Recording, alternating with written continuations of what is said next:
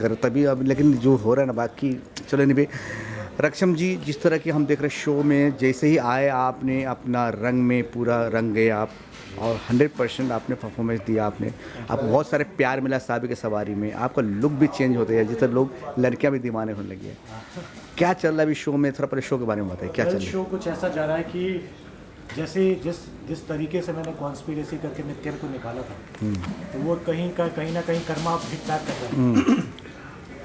तो जैसे कि मैं कंपनी को संभाल नहीं पा रहा, 30 करोड़ का नुकसान हुआ। फिर उसके बाद अब ऐसा हो रहा है कि मेरे जो क्लैशेस हो रहे हैं सोनम के साथ उसका असर कहीं ना कहीं कंपनी में भी हो रहा है, क्योंकि मैं दिन भर बाप के साथ बैठ के दारू पिए जा रहा हूँ, ध्यान ही नहीं है, उनके साथ हो गया हूँ। और सोनम कहीं ना कहीं आज भी फंसी हुई है चीज़ों को लेके कि सावी बेसिकली जो मेरा मोटिव था कि नित्यम को बाहर निकालना है घर से, सावी को बाहर निकालना है, तो मेरा यही मोटिव था। उसके बाद मुझे अपना बिजनेस में मैं ध्यान दे रहा था, लेकिन सोनम अभी भी कहीं ना कहीं इन्वॉल्व है कि वो 30 के साथ उसका हस्बैंड साथ है, तुम भी मेरे साथ, कहीं ना कहीं वो इमोशनली अटैच्ड हो गई। तो इसके बीच में मैं काफ़ी प्रोफेशनल हूँ, तो हमारे बीच में दरार आ गई है। तो अब हमारा जो प्रोफेशनल माइंड है मेरा और सोनम का, तो कहीं वो अपने बिजनेस आइडियाज़ पिच करती है तो मैं उसको रिजेक्ट कर देता हूँ, मैं करता हूँ तो वो रिजेक्ट कर लेती है। तो ऐसे कर करके हमने बहुत सारे टेंडर खो दिए, कंपनी घाटे में जा रही है, घाटे में जा रही है। तो इसका नुकसान जो हो रहा है, तो जिन लोगों से मैंने हेल्प मांगी थी नित्यम को गिराने के लिए, आज वही बोर्ड मेंबर्स हैं मेरी कंपनी के। अब वो लोग भी देख रहे हैं। तो इसमें से एक बरजादिया जी के करके कैरेक्टर है। सो उन्होंने क्या है, सडनली कंपनी टेक ओवर कर लिया। उन्होंने धोखेधड़ी से, जैसे मैंने नित्यम से धोखा दे के कंपनी हत्या ली थी, घर हत्या लिया था, वैसे ही उन्होंने सोनम से फर्जी साइन करवा के 99% कंपनी के जो शेयर्स हैं अपने नाम करवा लिए। बस वही सीन था कि जहाँ सडनली मुझे पता लगता है, और उसके बाद बेघर हो जाऊँगा मैं, और उसके बाद वही सारी चीज़ें मैं फेस करूँगा जो नित्यम ने करी थी, खाने को नहीं है। तो एक तरीके से कर्मा वापस आ गया है। जैसे करनी कहावत है वैसे करनी वैसी भरनी, सीधी सी बात है। मतलब जैसे तकलीफ आपको अरे भाई ने चला ऐसे तकलीफ आप भी उसी में जाने वाले हो। मैं कहना चाहता हूँ कि रक्षम भाई जिस तरह शो में देखा जाए कितने सारे लोग आपको प्यार दे रहे हैं, टाइम स्लॉट भी चेंज हुआ शो का, लेकिन फिर भी टीआरपी ठीक चल रहा था, लेकिन अचानक जो खबर आया है शो ऑफ एयर, कितना दिल में बुरा लग रहा है ऑफ एयर शो के नाम से? मुझे बाकी लोगों का तो पता नहीं, मैं काफ़ी इमोशनली अटैच था, क्योंकि ऑलरेडी मुझे इतना अच्छा कैरेक्टर मिला था। 2 महीने में 2 महीने मैंने अभी तक यहाँ शूट किया है, तीसरा महीना मेरा रनिंग है। सो मेरा काफ़ी अटैचमेंट हो गया था, जिनके साथ मैं रूम शेयर कर रहा हूँ और वैनिटीज शेयर करता हूँ, सीन शेयर करता हूँ, किसी को चाचा बोलता हूँ, किसी को मम्मी बोलता हूँ। 12 घंटे जब आप सेट पे काम करते हैं तो आपकी फैमिली के जैसे लोग हो जाते हैं, कहीं ना कहीं आप उन्हीं के साथ वैसा फील करने लग जाते हैं। इवन मेरे जो फ़ोन में नंबर्स हैं वो भी चाचू के नाम से सेव हैं, मम्मी के नाम से सेव हैं। तो ऐसा मेरा अटैचमेंट था। और मुझे जब सडनली पता लगा शो बंद हो रहा है, तो मुझे काफ़ी बुरा लगा है, क्योंकि इतना अच्छा कैरेक्टर था और बहुत ही कम टाइम में मैंने बहुत मेहनत करी थी इस कैरेक्टर को पकड़ने के लिए। चैनल में भी बड़ा प्रेशर डाला था कि फ्रॉम पॉजिटिव टू नेगेटिव होना। रक्षम एकमात्र ऐसा कैरेक्टर है पूरे शो के अंदर जिसको ना एक एक्टर चाहता है कि नवरस प्ले करने को मिले, ना पॉजिटिव साइड भी हो, हंसमुख भी हो, रोमांटिक भी हो।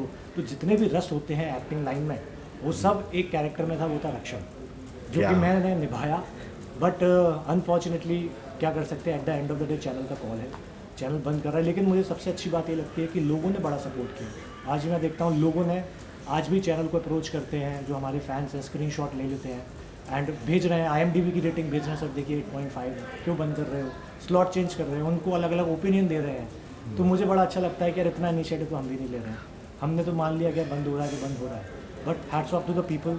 और जो मैं मानता हूँ जो फैंस की जो एक ये श्रेणी होती है बहुत ही अलग होती है, मतलब बिना किसी के टच में आके आप किसी के हो जाना, ये अपने आप में बहुत बड़ी बात होती है। क्या बात है। क्या हम कहा जाए कि साबी और नित्यम के साथ कोई ऐसा सीन जो मेमोरी में आपका रहा हो, कि कोई ऐसा सीन जो आप काफ़ी आपको दिल में मतलब लिख? सावी और नितिन के साथ मेरे सीन्स एक्चुअली पॉजिटिव तो कम ही हुए हैं।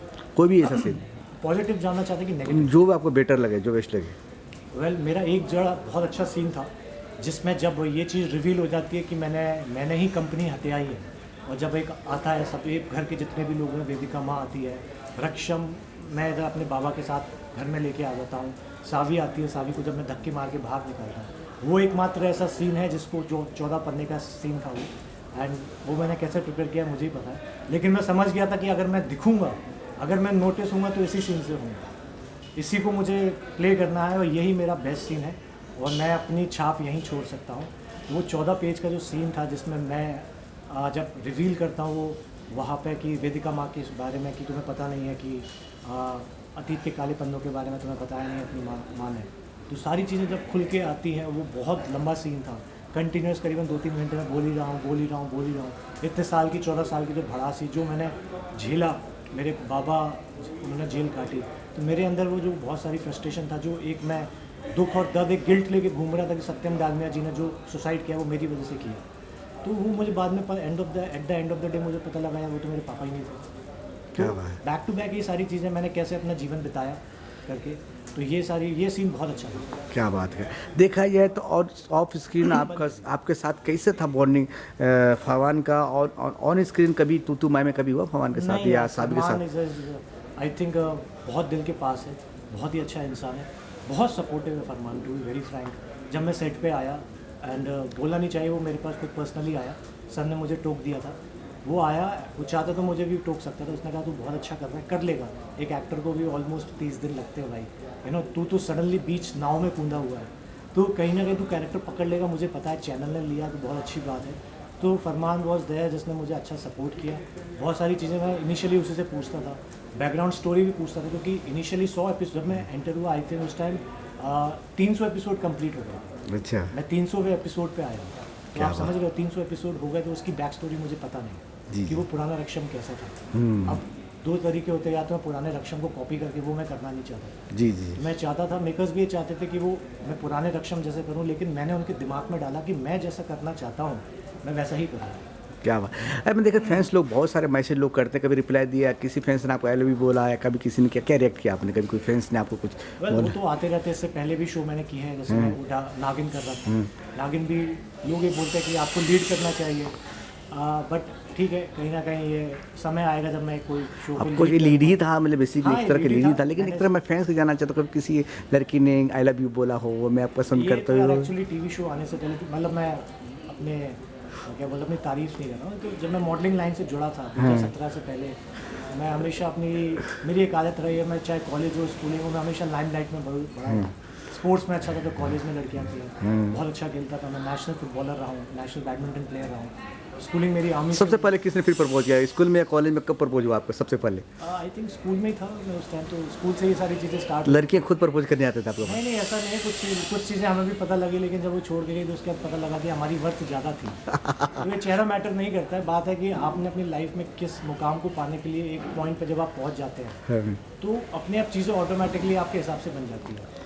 तो प्रेजेंट में कोई अभी क्या है, अभी लाइफ में कोई है? अभी तो फिलहाल नहीं है, अभी तो फिलहाल यही है, मेरी काम। गर्लफ्रेंड ही मेरा काम है। क्या बात क्योंकि है। मैं चाहता हूँ कि देखिए, आप अगर आप लड़की के पीछे भागेंगे सब छूट जाएगा, आप शोहरत के पीछे भागेंगे सब ऑटोमेटिकली आपके पास चलता ही रहेगा। क्या बात है। शोहरत अभी मेरी बीवी है, वही मेरी गर्लफ्रेंड है, वही लाइफ है, काम ही वर्क ही हार्ड है। और मम्मी पापा का आशीर्वाद है। क्या बात, बहुत अच्छे विचार बोला आप, मम्मी पापा के प्यार, ये सबके लिए सीख है। ठीक है, आपको पूरा नाम जाते जाते टीवी से बॉलीवुड तक आप कर रहे हैं? Hi, my name is Aarush Srivastava and you are watching me from TV से Bollywood. Do subscribe this channel, thank you so much. Thank you sir.